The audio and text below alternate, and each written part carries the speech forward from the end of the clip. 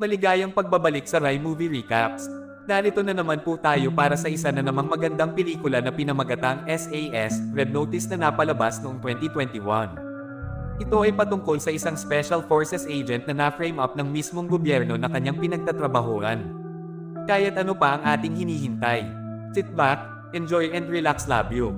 Sa simula ng pelikula, ipapakilala tayo sa isang grupo ng mga Amerikanong mercenaries na tinatawag na Black Swan.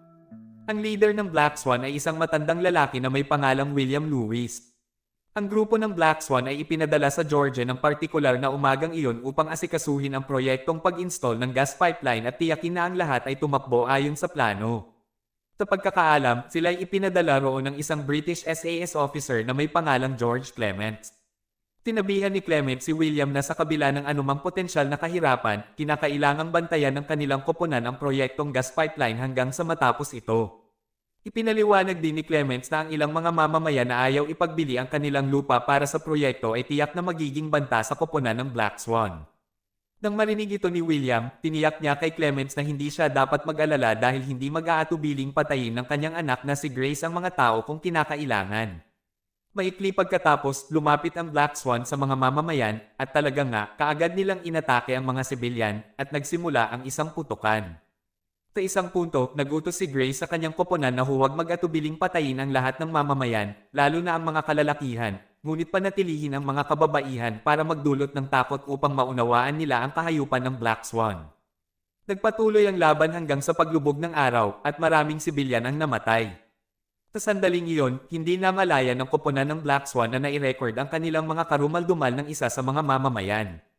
Lumipat ang eksena sa London, Inglaterra, kung saan inilahad tayo sa isang miyembro ng SAS o British Special Forces na may pangalang Tom Buckingham. Si Tom ay pumunta sa isang kastilyo upang kunin ang singsing na iniwan ng kanyang mga magulang na nakaimbak sa kastilyo. Mukhang plano ni Tom na tanungin ang kanyang kasintahan ng kasal sa malapit na panahon. Sa kabilang dako, ang video ng massacre na ginawa ng Black Swan ay ngayon ay kumalat sa iba't ibang social media at mariin itong kinundena ng buong mundo. May mga bansa na rin na nagdududa na ang UK ang nagpadala ng Black Swan team, ito ay dahil ang proyektong gas pipeline ay isang proyekto ng gobyernong British. Kaya naman, ang Interpol ay naglabas ng isang Red Notice o direktibang utos sa SAS na alisin ang buong Black Swan team kung totoo na wala talagang kaugnayan ang UK dito. Samantala, sa kanyang opisina, sinabi ng Prime Minister ng Britain kay Clements na magmobilisa ng British SAS troops para alisin ang Black Swan team. Ito na lamang daw ang paraan para hindi ituring na magkasamang nagkasala ang Britain, lalo na't nadungisan na ang pangalan ng UK sa mata ng mundo. Ang aksyon ay lumipat sa isang ospital kung saan ipinakilala ang isang doktor na may pangalang Sophie. Dumating si Tom, ang boyfriend ni Sophie, na ikinagulat ni Sophie. Sinabi ni Tom sa kanya na binili niya ang mga plane tickets para sa kanilang dalawa upang magbakasyon sa Paris. Sa lihim na plano ni Tom, balak niyang mag-propose kay Sophie doon pagkatapos niyang makakuha ng kanyang leave. Habang sila ay nag-uusap, biglang nakatanggap si Tom ng isang di inaasahang utos mula sa kanyang mga manager sa SAS na paligiran ang Black Swan na ngayon ay nasa loob ng isang tiyak na tahanan. Samantala, si Grace na mayroon ding isang spy sa loob ni Major Bissett ng SAS, nakuha ang balita na nilabag na ng Clements at ng Prime Minister ang kontrata sa Black Swan at alam ni Grace na magpapadala ang mga British ng kanilang mga tropang SAS upang mas alawla ang kanilang grupo. Ang leader ng Black Swan na si William, pati na rin ang ama ni Grace, ay sa kasinabihan si Grace at iba pang mga miyembro ng Black Swan na agad na magtungo sa Amerika sa pamamagitan ng Paris habang sila at ilang mga gwardya ang susubukan na harapin ang mga tropa ng SAS. Si Tom ay dumating sa headquarters ng Black Swan makaraan ng ilang saglit habang nagkukunwari bilang isang opisyal ng Departamento ng Kalinisan na pupuntang mag-inspection sa bawat tahanan.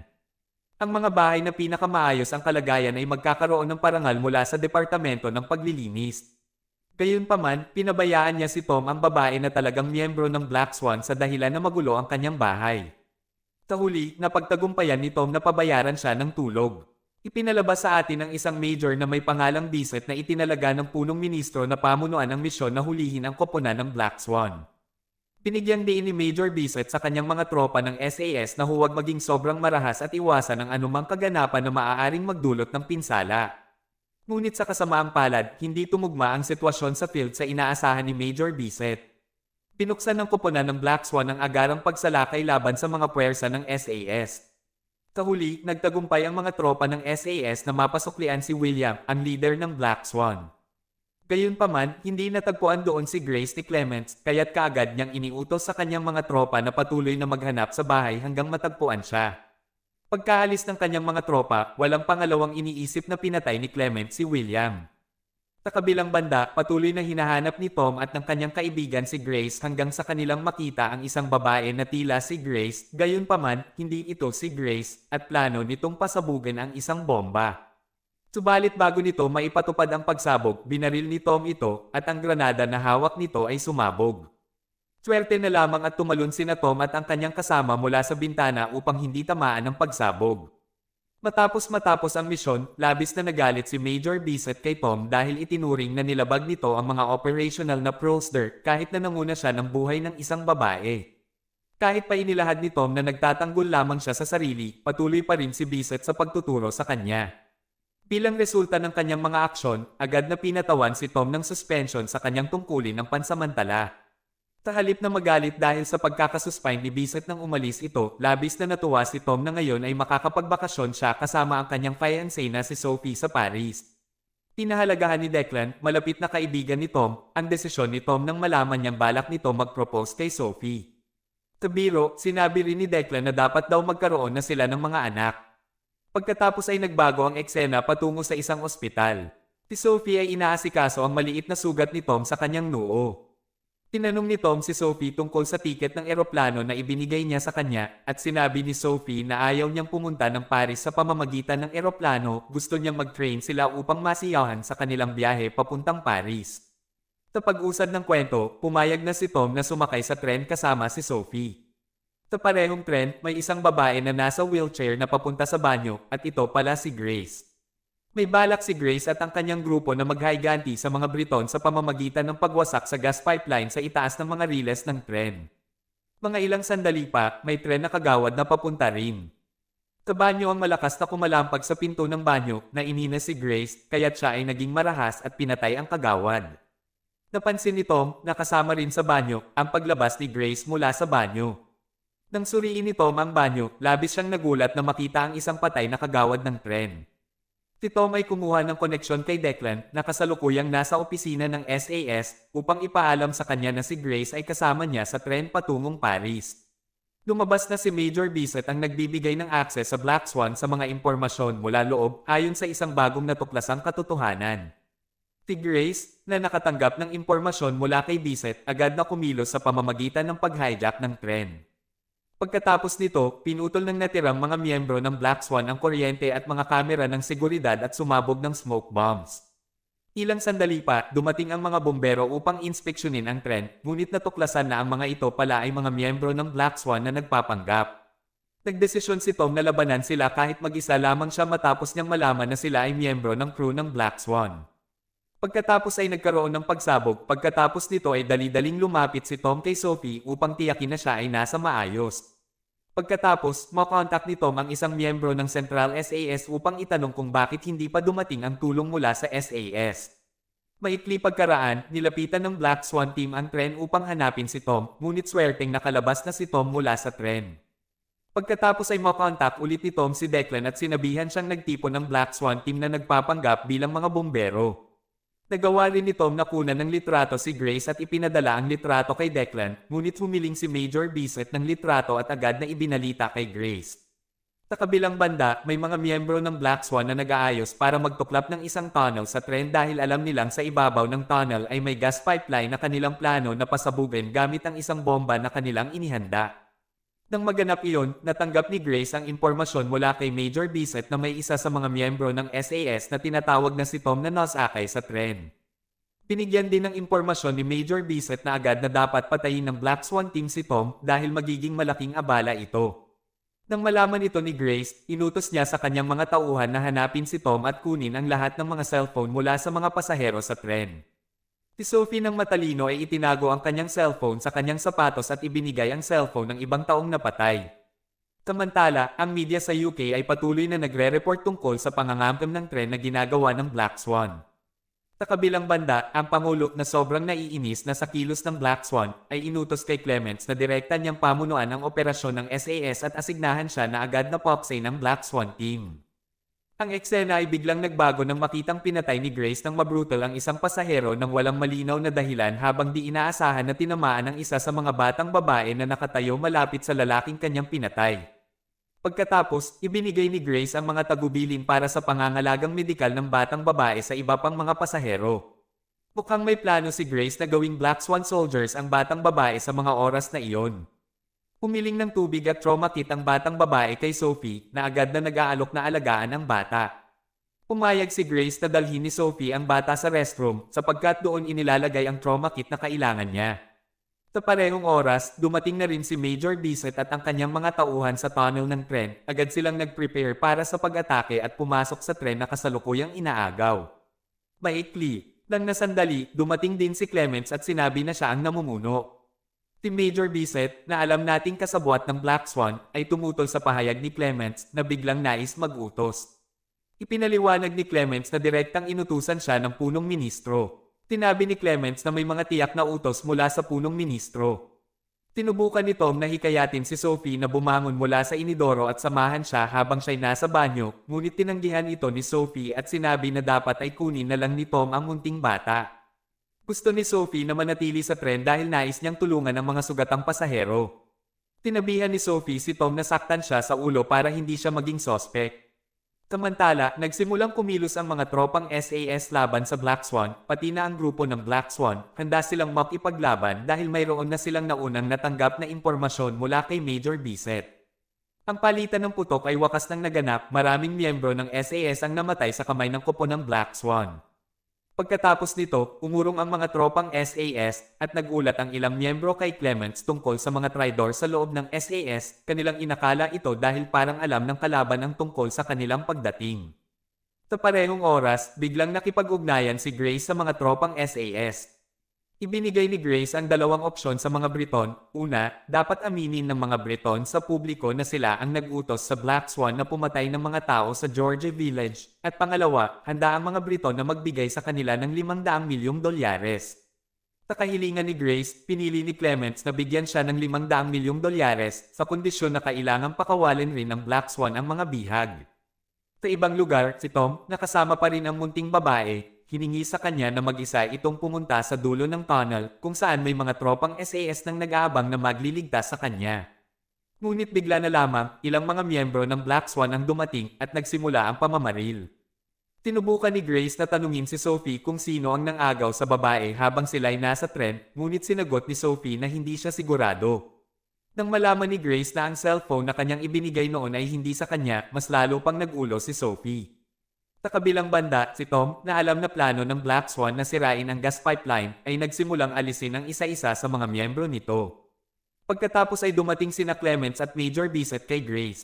Walang anuman, pinatay ni Grace si Major Bissett, sinasabi na hindi niya gusto ang mga traidor. Sa loob ng maikli ng panahon pagkatapos nito, nagkaroon ng alitan si Grace at Clements. Pinasag ni Clements si Grace at ang kanyang koponan na hindi marunong magtupad ng kanilang mga gawain kaya natuklasan ng publiko ang kanilang misyon, gayong sa totoo lang, binayaran ng Prime Minister at niya ang Black Swan ng malaki upang patayin ang mga mamamayan. Ipinakiusap ni Grace kay Clements na kunin ang $500 milyong sa loob ng 35 minuto. Kawori ko, isa sa mga tauhan ni Grace ay nag-record ng usapan ni Clements tungkol sa kanya at sa Prime Minister na umupa sa koponan ng Black Swan.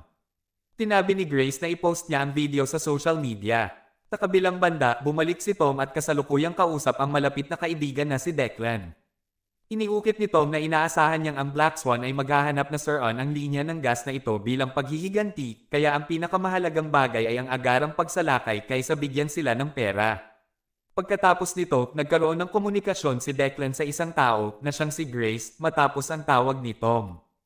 Natuklasan na nagtutulungan si Declan at Grace. Ibinahagi ni Declan kay Grace na, dahil si Sophie, ang kasintahan ni Tom, ay sumasakay ng tren, patuloy na hahanapin ni Tom ang Black Swan.